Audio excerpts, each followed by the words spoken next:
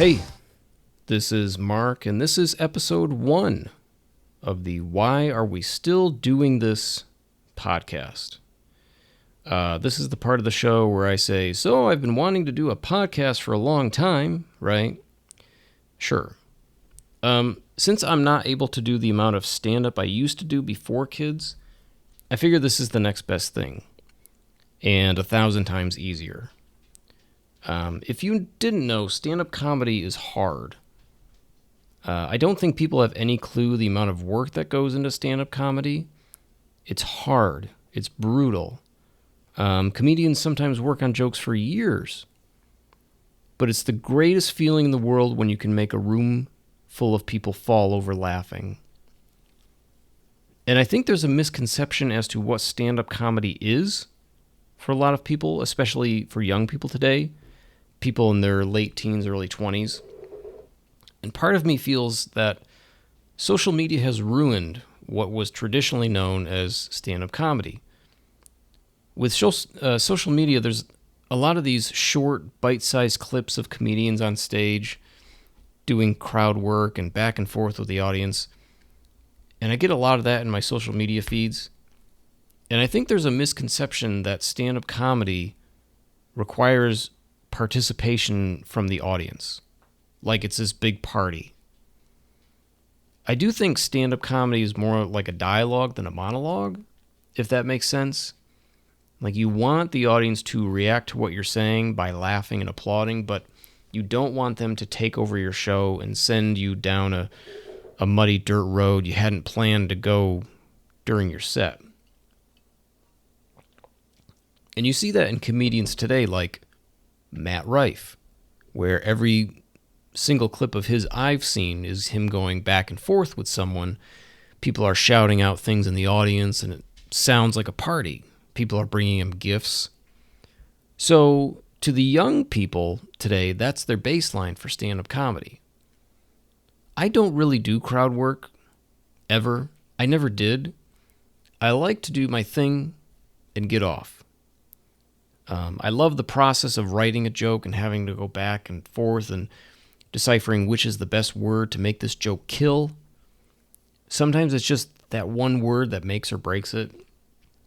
Pacing, timing, rhythm, all of that I feel is important. And it just annoys me if people shout or yell over it. That's why I don't do crowd work. Some comedians I've performed with over the years I've seen put on a masterclass in crowd work, and honestly, I'm jealous of those people, because most of the time when I get on stage, I'm scared to death. But usually when that first joke hits, it's smooth sailing from there. I got to get that first laugh, right? I got to get them on my side. Stand-up comedy is unique in that a lot of times when you have a small show in an area like mine, where you have no clue who any of the comics are, people are going to go into the show with their own preconceived notions of what stand-up comedy should be. Think of it this way. If you're walking down the street and you see a sign outside a performance space or a venue that says, live music tonight, your first thought is, hey, I like music. I want to check it out. But if you walk past that same venue that had a sign that said, live music tonight, local punk hardcore legends, Crust Burger and the Muffin Massacre. I don't know. Some of you might say, no thanks. And some of you might say, clear my schedule. Let's go. With comedy, if you see a sign on a venue that says, live comedy tonight, you're going to go in with what you think stand-up comedy is. The sign doesn't say clean comedy, or blue-collar comedy, or dirty comedy, or one-liner comedy. You have no clue what you're getting into. So some people will go in there and expect to see someone like Bob Hope, because that's what they know of stand-up comedy. Then again, someone might go in expecting to see someone like Matt Rife and think that, again, it's going to be this big party where you can just shout stuff out or talk over people. And that's where the problem is. If you go to a stand-up comedy show, you're required to do 4 things, okay? Your job is to sit down, laugh if you find it funny, applaud when necessary, and don't talk over the comedians. It's not that hard.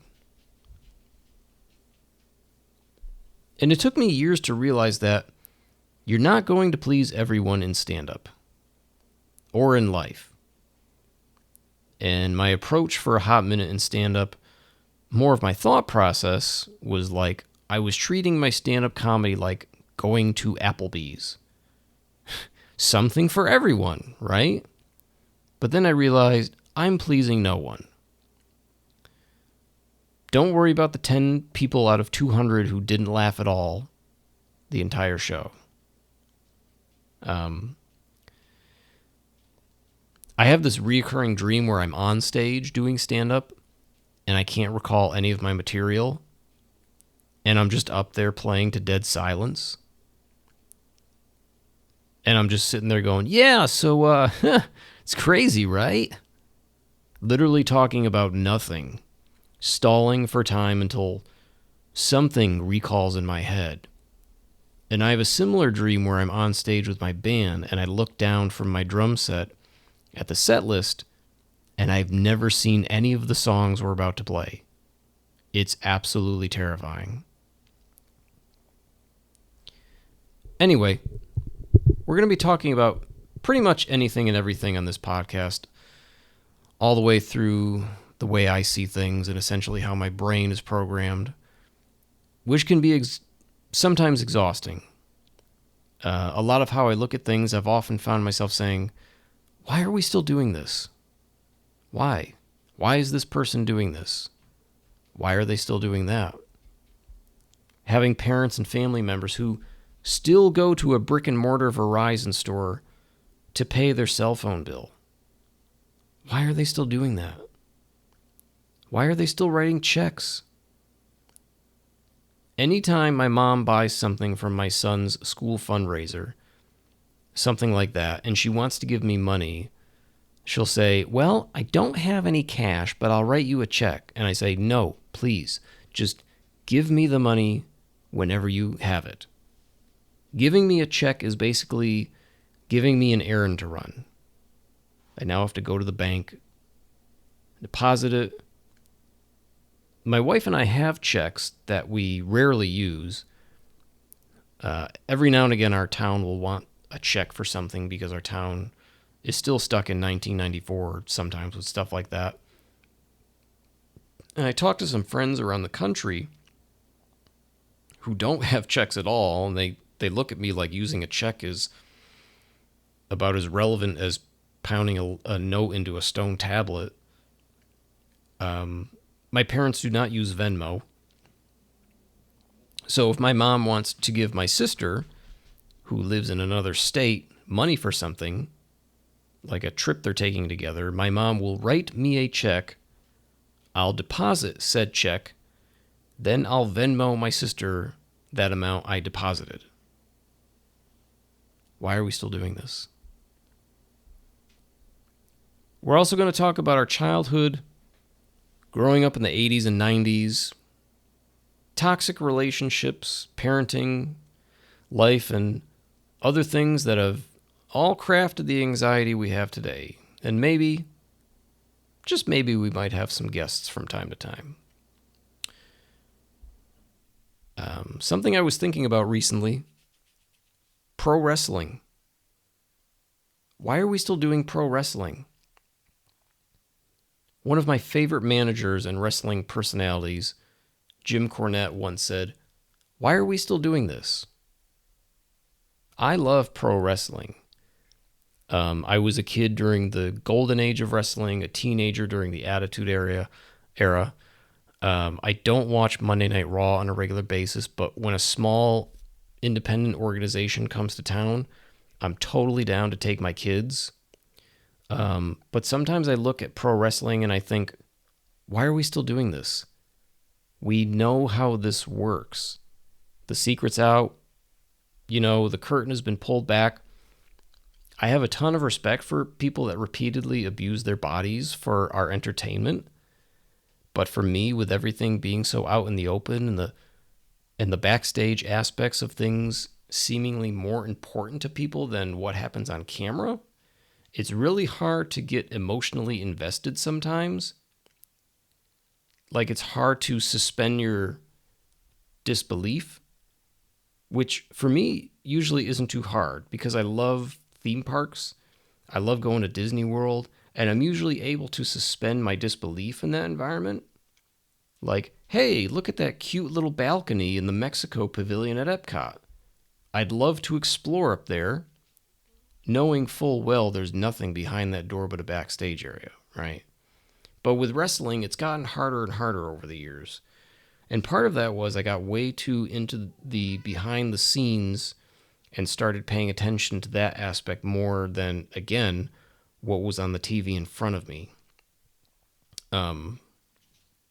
It's been literally over 11 years since I last truly was able to suspend my disbelief watching wrestling. I remember the match, where I was, and how awesome it was to have that feeling once again, just to totally lose my mind and cheer on my favorite wrestler at the time.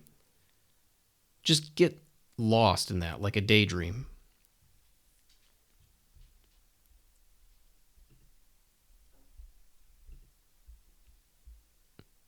Segueing into that, why is it that whenever we have a chance to daydream, like to sit on a bench, a chance to stare at the clouds, a chance to literally do nothing but sit, we end up buried in our phone? Remember daydreaming? Why aren't we still doing this? And what did we do before the internet? I'm talking to people that are like 35 and older. And I'm not talking about what we did when we were like 5 or 6. I'm talking about when we were like 12 and 13, like when the hormones really started to kick in and all those childhood traumas really started to put on a show. So what did we do? We destroyed stuff. We burned a lot of stuff. When my friends and I were probably around, 13 or 14, we would do bonfires any chance we could. And the cool thing was, a lot of these bonfires weren't even burning wood. Couches, demolition material, hard plastics that melted like that guy's face at the end of Raiders of the Lost Ark. I feel like burning demolition material was like a rite of passage in your early teens. Like it's about as American as smoking cigarettes while doing any sort of manual labor. Our bonfires were the complete opposite of, let's pretend we're Boy Scouts, cut and split this wood, and use a flint striker and some dry leaves to get it going. It was usually, hey, my mom's coffee table broke, so bring over your lighter and some WD-40. In my area, usually the first sign of spring was not seeing some perennial bulbs pop up, but rather towering black smoke on every corner of the neighborhood, which signified primetime burning season. Well, not really. But I felt like everywhere you looked, there was an out-of-shape, shirtless man in their 50s tending to a fire of brush and the occasional rubber hose. People in the neighborhood end up with ash all over their car, and they don't know if it's from pine or oak or particle board. My dad set a desktop computer on fire once. Like, I'll never forget going to his house, looking in this outdoor fire pit and seeing the charred remains of an old desktop computer. And I said, "You burned a computer?" He's like, "Yeah, to wipe everything off of it." And I was like, "I think you could just do a factory reset." And he goes, "No, you got to put it in the fire." I can't imagine what color the flames would be from burning a desktop computer. Maybe if you look close, you can see the Windows logo in the flames.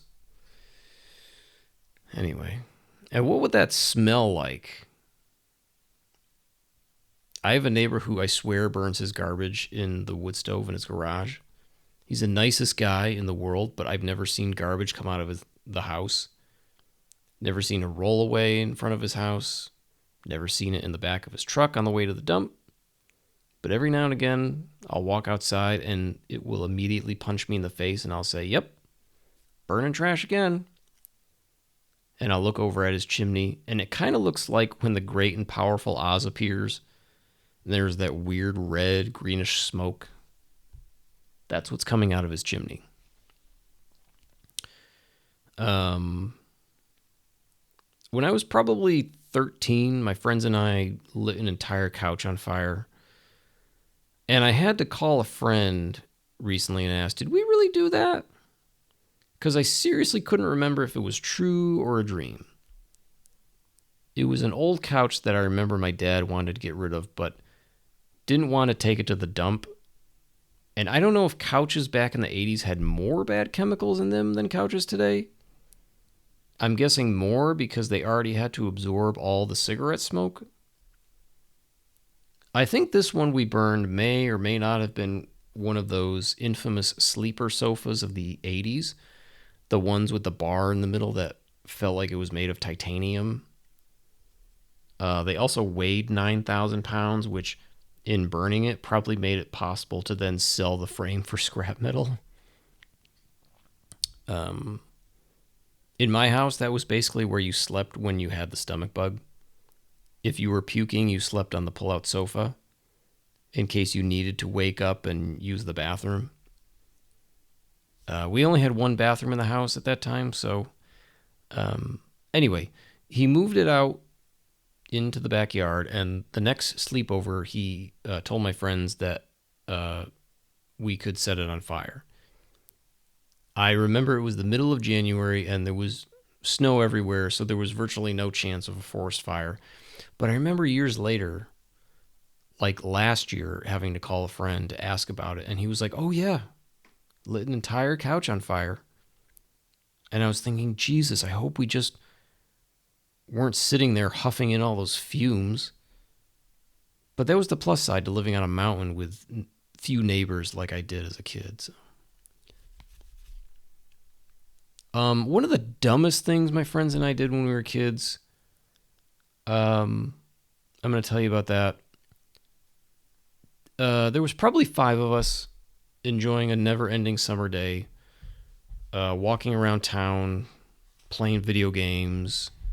This was a day we had slept over a friend's house, and this one friend lived near farmland that had a bunch of trails in the woods behind this massive private property. But of course we wandered around it anyway, not having any clue that private property meant stay the hell off.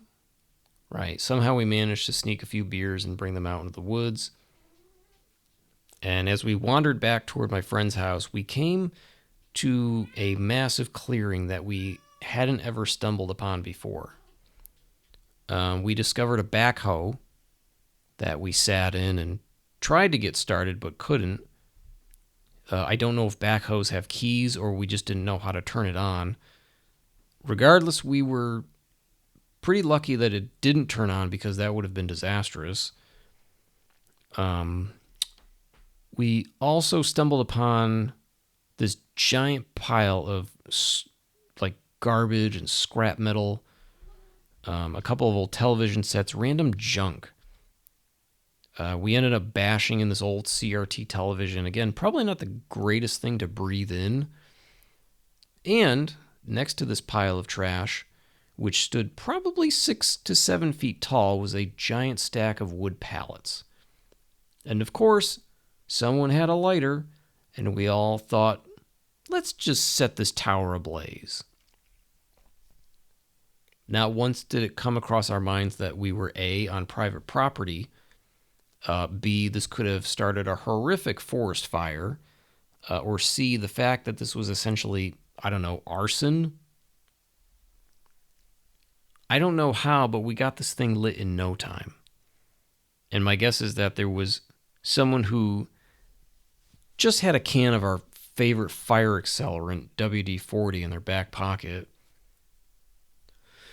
God, I can't even smell WD-40 today without instantly being taken back to 1994. Anyway, I remember I had my micro cassette recorder at the time, took it out and took some audio of us enjoying a nice little Saturday with the sounds of a crackling fire in the background. And we watched it burn, had some fun, then we did what any other normal teenage boys would do. We left it burning sky high, casually walked back to my friend's house, about a mile away, then ordered Domino's and played Mortal Kombat like nothing ever happened. We left a 7-foot pillar of pallets burning in the middle of a field and walked away from it like a Bond villain, strolling away from a bank vault they just blew up. Without a doubt, one of the dumbest things we did as kids.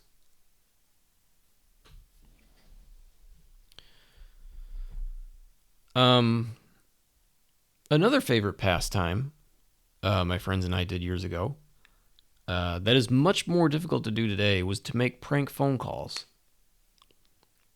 The invention of caller ID pretty much ruined that. You remember the early days of caller ID? It was like a little box you'd hook up to your phone. Cost extra. Totally took away the excitement and suspense of who was bothering you at 8:30 at night. And we had some pretty sophisticated calls, but we also had some pretty juvenile calls. Like we would call a gas station and say, "Hi, do you pump gas?" And when they'd say, "No, it's all self-service," we'd say something like, "Oh, so do you want to self-service my pump?" And hang up just as the person on the other end was saying, "Fuck you."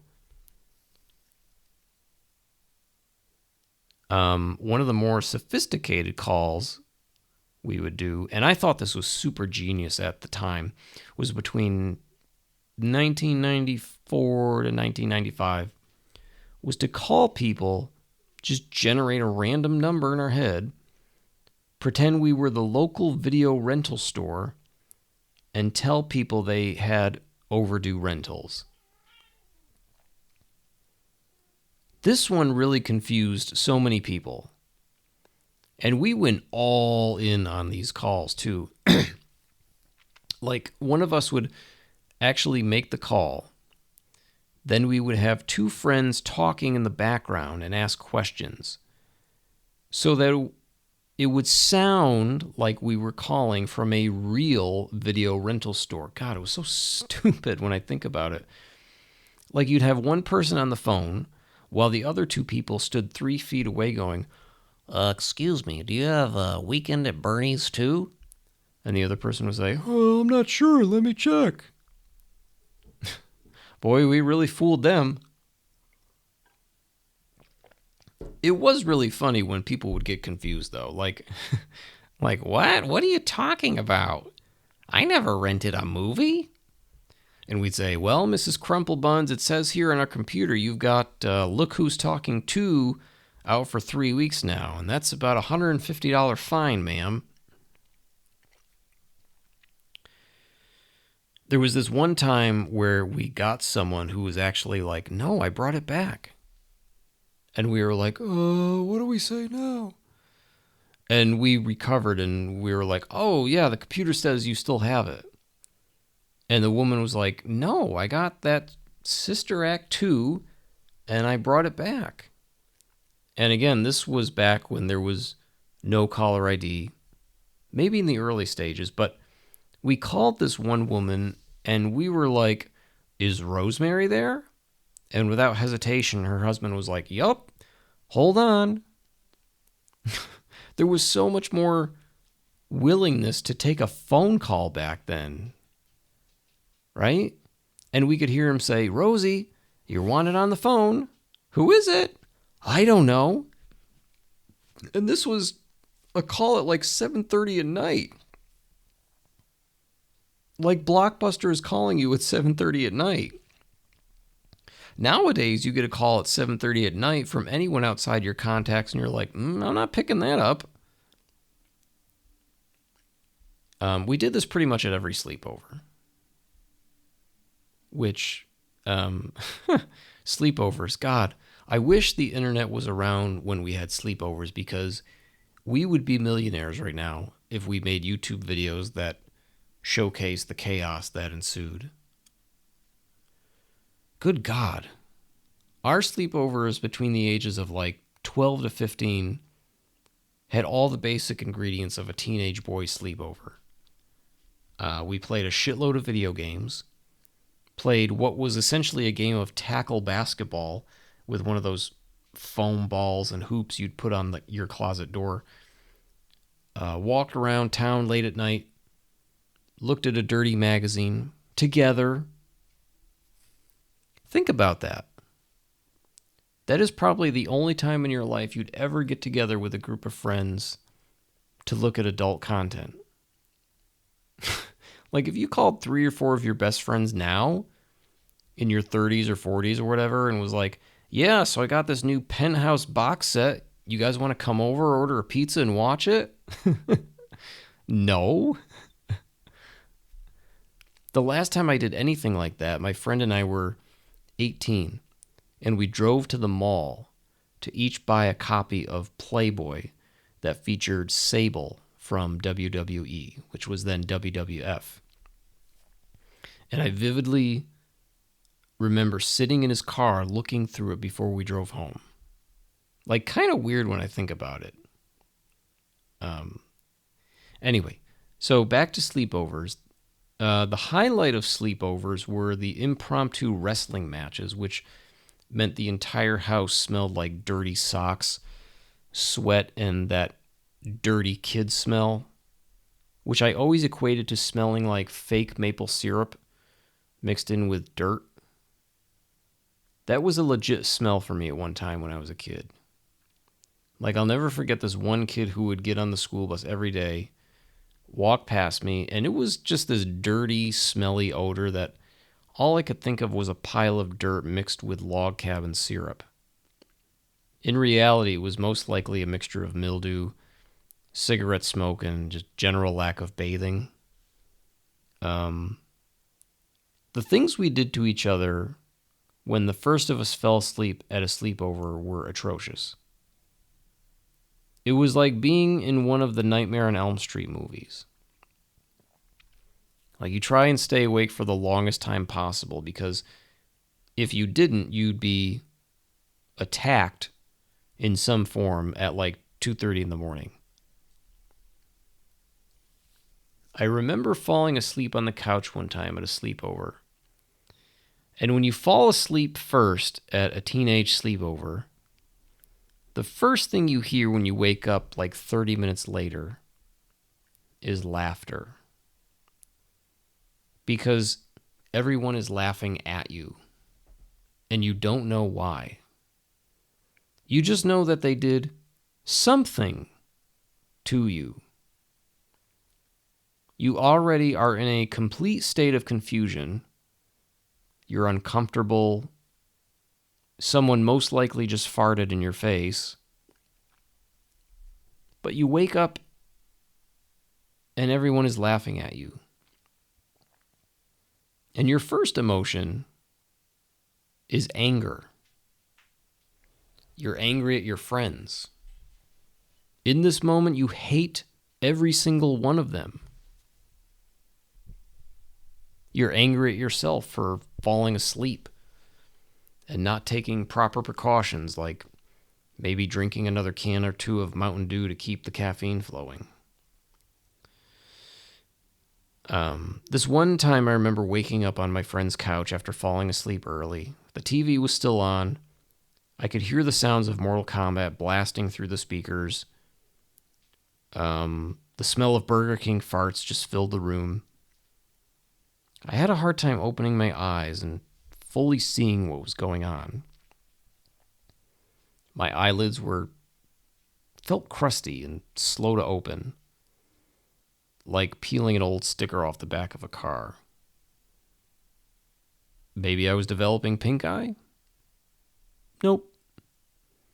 My friends just happened to put mayonnaise on my eyelids. Yep. That was my punishment. Mayonnaise on my eyelids. A lot of people, once their friends fell asleep at a party, would draw on their face with a marker, but for some reason, the weapon of choice when it came to ruining someone's slumber in our circle of friends was using food. One guy got grated cheese in his ear. One got ketchup in his nose. Most of us got a fart in the face. That was pretty standard. Now, I know a lot of this stuff was tame compared to the stuff they did on Jackass years later, but looking back on a lot of this, it makes sense given the fact that we all pretty much came from some dysfunctional family. And it wasn't until years later when I had sleepovers with another circle of friends whose families were much more functional, I guess you could say, and they didn't do any of that kind of stuff. Although there was definitely a handful of friends who continued the torturous aspects of sleepovers well into our 20s. But kids pulled pranks. I know kids pull pranks today and they're incredibly outlandish and flashy, like calling the SWAT team to kids' houses. But I feel like our pranks were much more sophisticated. For some reason, a lot of my pranks involve time. And there's a couple that stick out, given it's April and April Fools and all that. And to most people, these pranks will seem pretty elementary. However, I felt I should at least get like a small plastic trophy for them.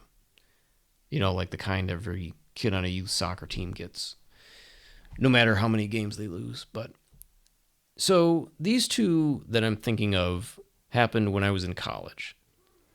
And at this time, I lived in a 4-person room with a friend from my hometown and 2 friends I had met the year before. So, yeah, 4 dudes in one big room. I think I've smelled litter boxes that were fresher smelling than this living space. So one of these friends I had met was named Gary, and we used to pick on him every now and again. He was kind of an easy target. We loved Gary, but sometimes he was a little gullible, and we, like good friends, took advantage of it. And it was all in good fun, and we used to give each other constant shit on a daily basis, as friends do. Anyway, 2 of my most favorite pranks I ever pulled were taken out on Gary. Now, these pranks were, again, probably pretty minor in comparison to what you'd see on, like, Jackass. But these pranks did not include any violence or blood or anything like that. However, to me, I feel like there are a couple crowning achievements. So here goes. So Gary used to wake up much earlier than the rest of us, as he had an 8:30 class almost every day. And he took his time in getting up too. So he would normally wake up about 7 a.m., shower, get dressed, then go wait for the bus that would take him down the road a ways to the building where his class was held. And he would often make a shitload of noise while getting ready in the morning, which ultimately kept the rest of us up. Gary also normally went to bed earlier than the rest of us. I feel like roughly when the sun was still blazing. So one evening while he was sleeping, my roommates and I went through the entire dorm and changed all the clocks back 1 hour and 45 minutes. I feel like that was funnier than an even 2 hours. I don't know why. We changed everything. The wall clocks, the computer clocks, his cell phone. Although this was a point where people really didn't rely on cell phones for an alarm. This was around 2002. And we all went to bed with a big shit grin on our faces, knowing that Gary would be getting up around 5:15 in the morning, thinking it's time to go to class. So 5:15 comes the next morning, and Gary's alarm clock starts blabbing away. And I roll over and notice that it's still pretty dark out, even though we had the shades down, so you couldn't really tell in the room. There was only one window in the dorm, and it wasn't that big. However, sure enough, Gary climbs down off his bunk like clockwork, grabs a towel, and heads for the shower. And as soon as the door closes, my roommates and I just look at each other and just burst out laughing.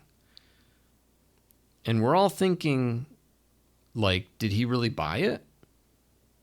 We were hoping that he wouldn't see any clocks on his way to the bathroom.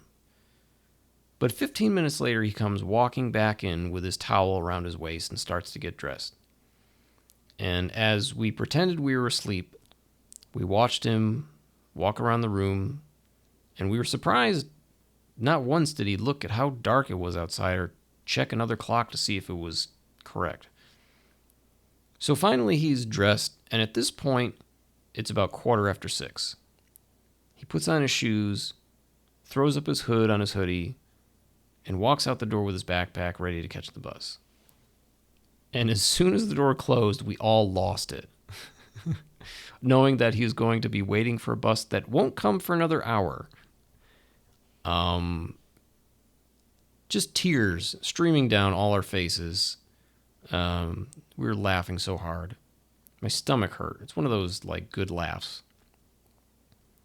And we all eventually fell back asleep. 20 minutes later, Gary comes busting through the door, drops his bag, resets his clock, and flops back into bed with all his clothes on.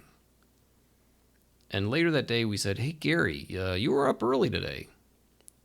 And he realized that something was up when the bus didn't come, and later went into one of the other dorm rooms nearby and saw that the clock said 6:30 a.m., but still never suspected any hijacking of any time-telling devices on our part. We let it go for about a week before we finally cracked and broke the news to Gary that it was in fact us that had sabotaged his morning routine. And we asked him, "Didn't you notice how dark it was?" And he said it never crossed his mind. Maybe he just thought that daylight savings came a lot sooner that fall. I don't know. But the other prank that I'm most proud of also involves Gary. No surprise.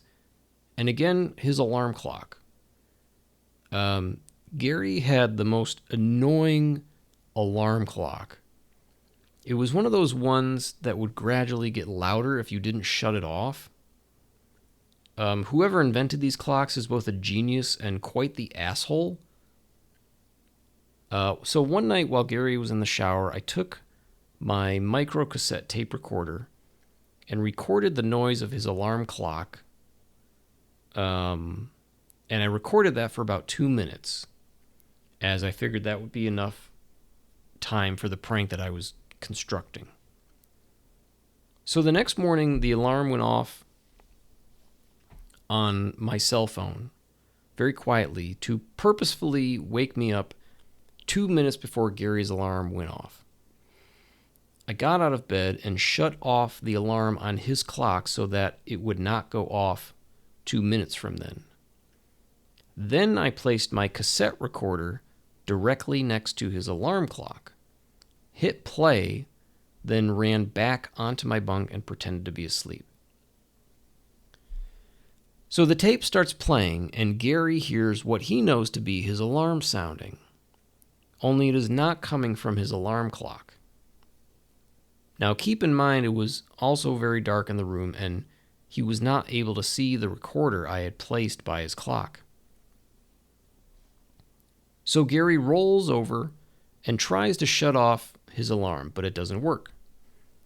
He keeps clicking the button that stops the alarm, but for some reason it won't work. Now, at this point, I'm shaking really hard, trying to not bust out laughing. And I hear him start to groan and say, "What the fuck? Come on, shut up!" Just frantically trying to turn off the alarm. And Gary was a big guy and could probably fuck me up pretty bad. So I was just waiting for him to, like, smash his alarm clock into a million pieces as the only way to get it to stop. So about a minute into this whole frustrating ordeal for Gary, he picks up the clock off his dresser and starts shaking it and yelling at this small electronic device. What the fuck? I was almost in tears at this point, but could not spoil the surprise just yet. And as I look over, Gary is literally slapping every button that the clock had on it with the palm of his hand. And I looked over at my roommate, whose bunk was underneath under Gary's, and I could see him just like hand over his mouth, trying to hold it together, laughing so hard.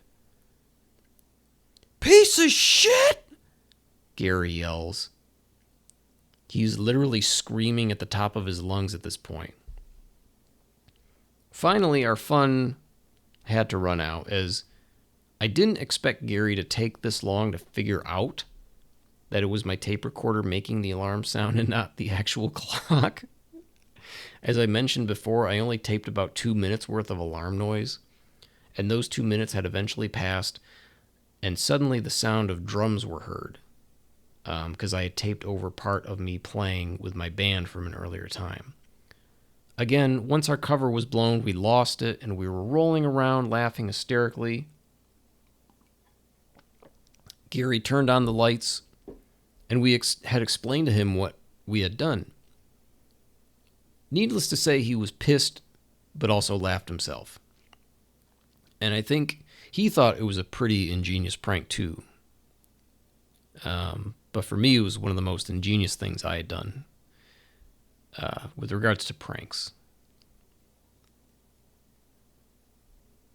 My best and most favorite April Fool's joke that I'd ever done, I created a fake letter and mailed it to my friend, basically saying, "You're fired," from his job. And I made it all official, too, complete with like a company letterhead. And he worked for a mental health agency. He worked as a therapist. And so this is what the letter that I mailed him said. And again, this was like really professional looking. It had the company letterhead, and at the bottom, it had a name of the CEO. So here's what the letter said.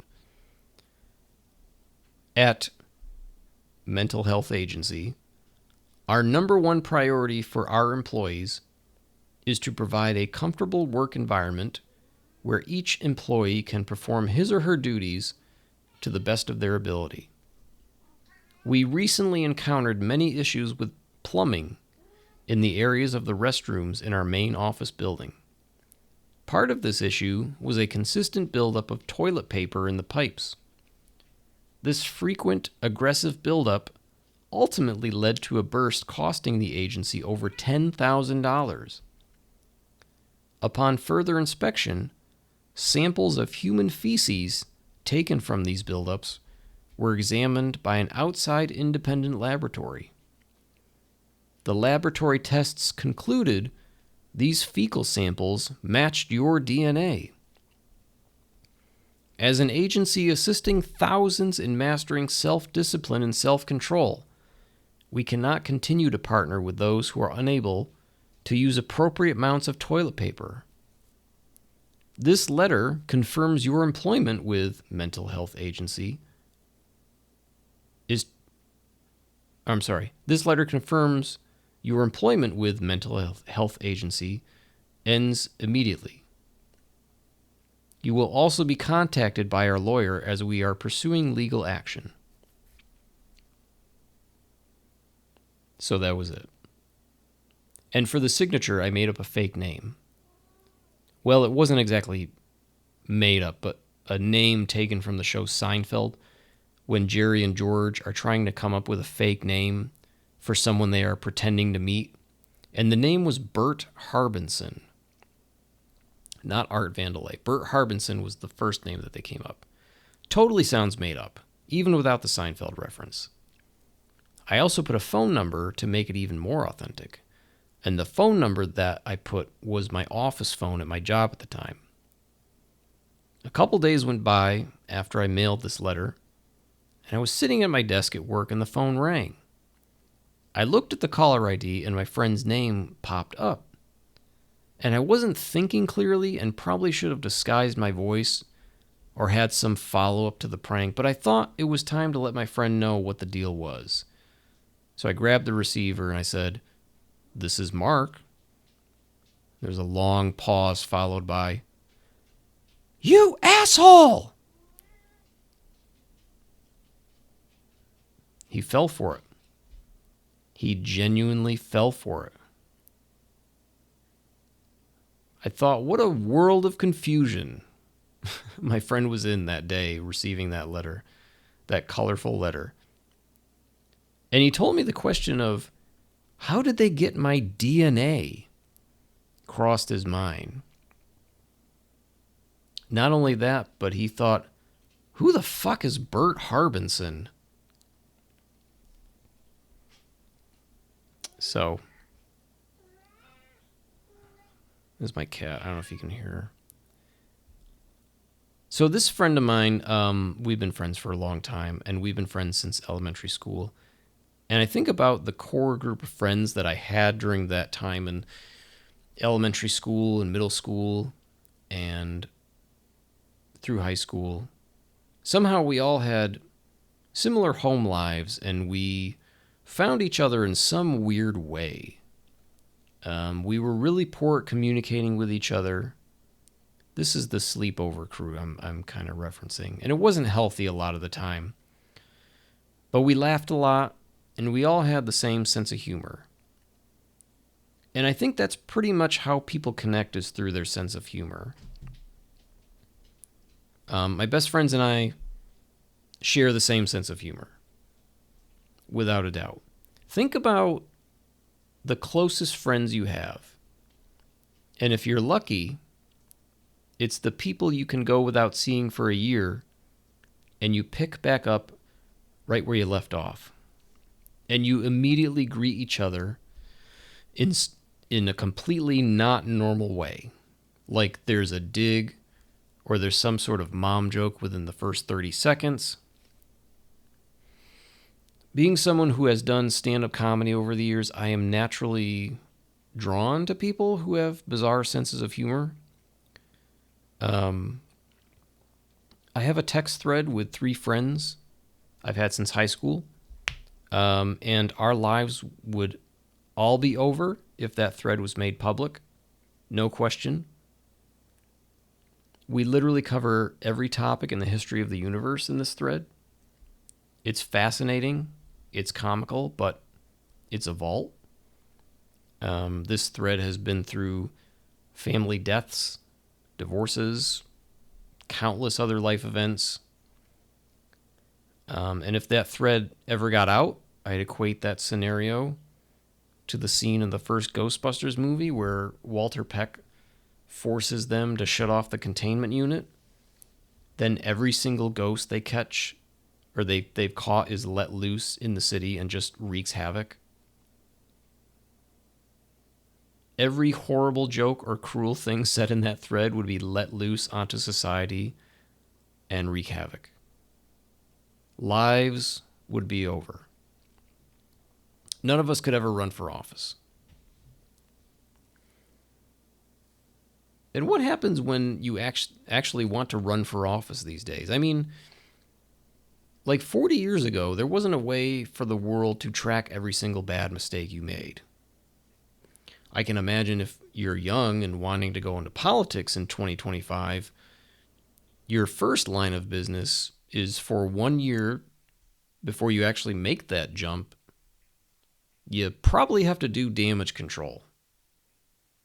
Like you've got to scour the internet, your Facebook page, maybe an old MySpace page you still have access to. Call some old friends and say, hey, remember that party in college when I went in blackface? Yeah, you sure there's no pictures of that, right?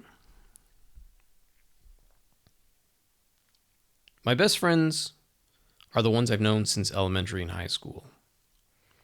And a lot of people find that strange. A lot of people, some of their best friends are the ones they have met in college or maybe at their job.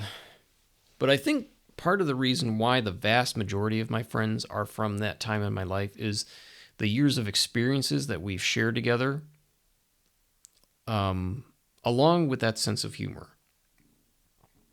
I remember our guitar player in my band said to us once, sometime maybe 5 years ago, "What do you guys think about bringing on another guitar player?"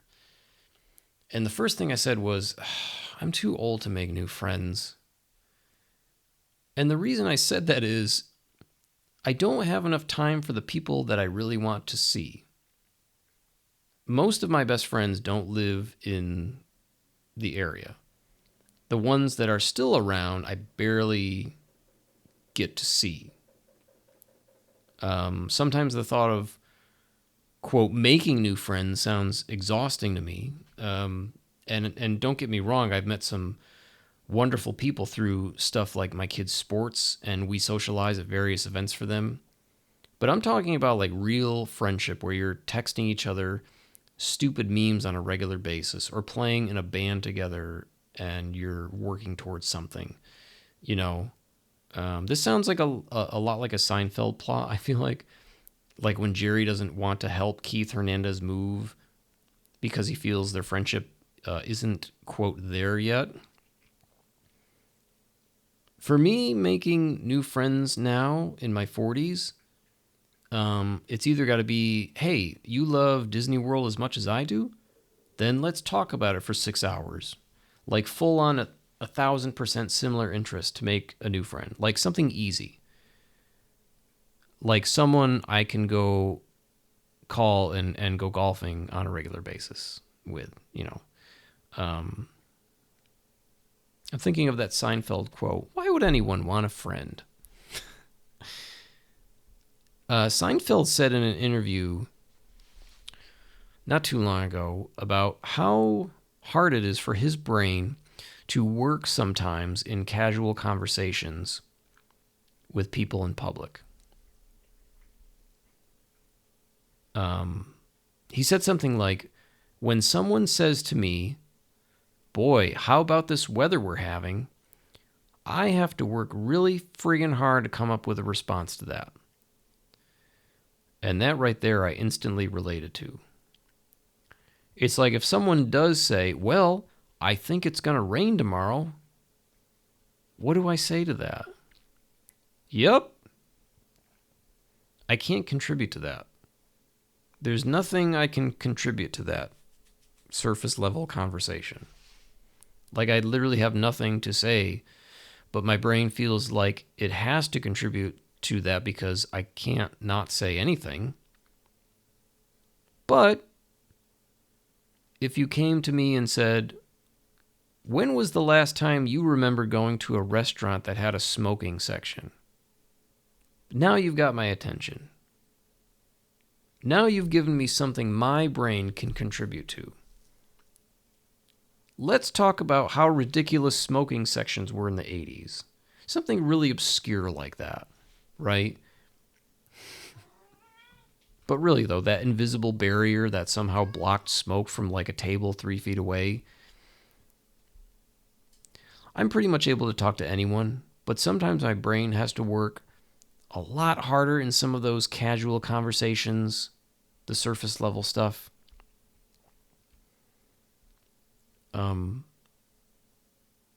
I think the best friends are the ones, again, that you can go without seeing for a year and just pick back up, you know, like it was yesterday.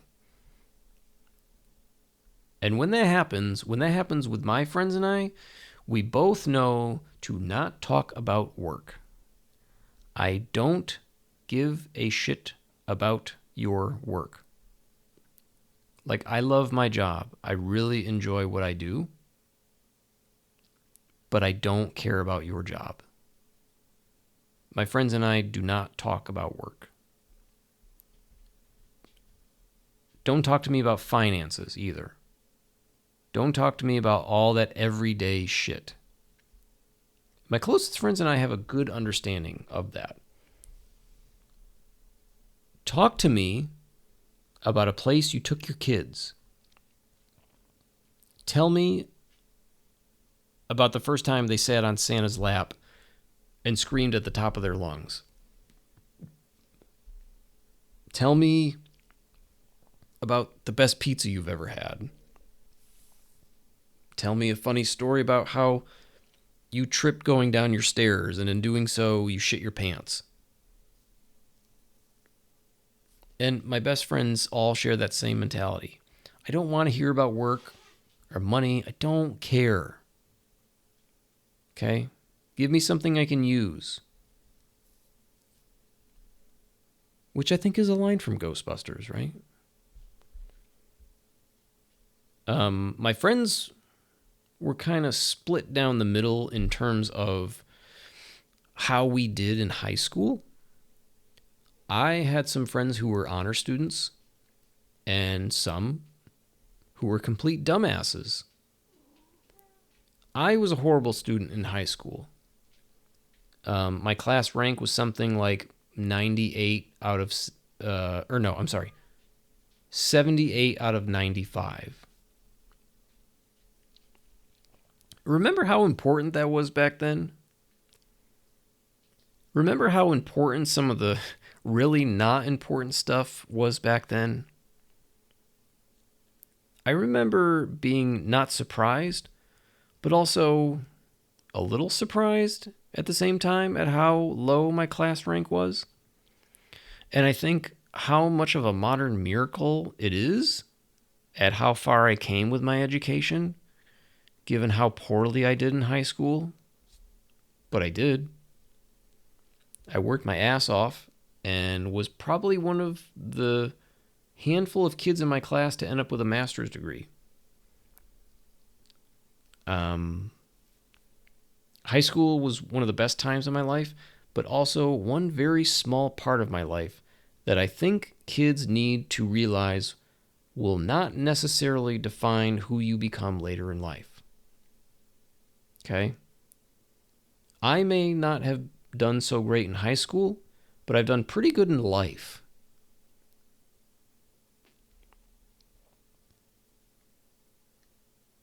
That core group of myself and two other friends, the dysfunctional sleepover crew, I think about how goddamn far we've come since we were burning stacks of pallets and couches on fire, and none of us did well in high school, but we all did pretty damn good in life. And we still love to be immature to a T. But we all know how to turn on the charm and function in society once the party's over, if you know what I mean. We know how to dial it back. All right.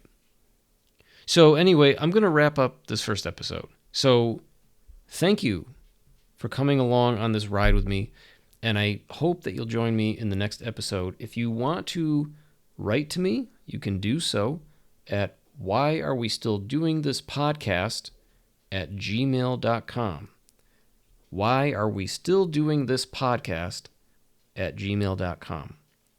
Comments, questions, relationship issues, which we're going to talk about in later episodes. I will take them all. Anyway, thanks again, and we'll see you. Bye.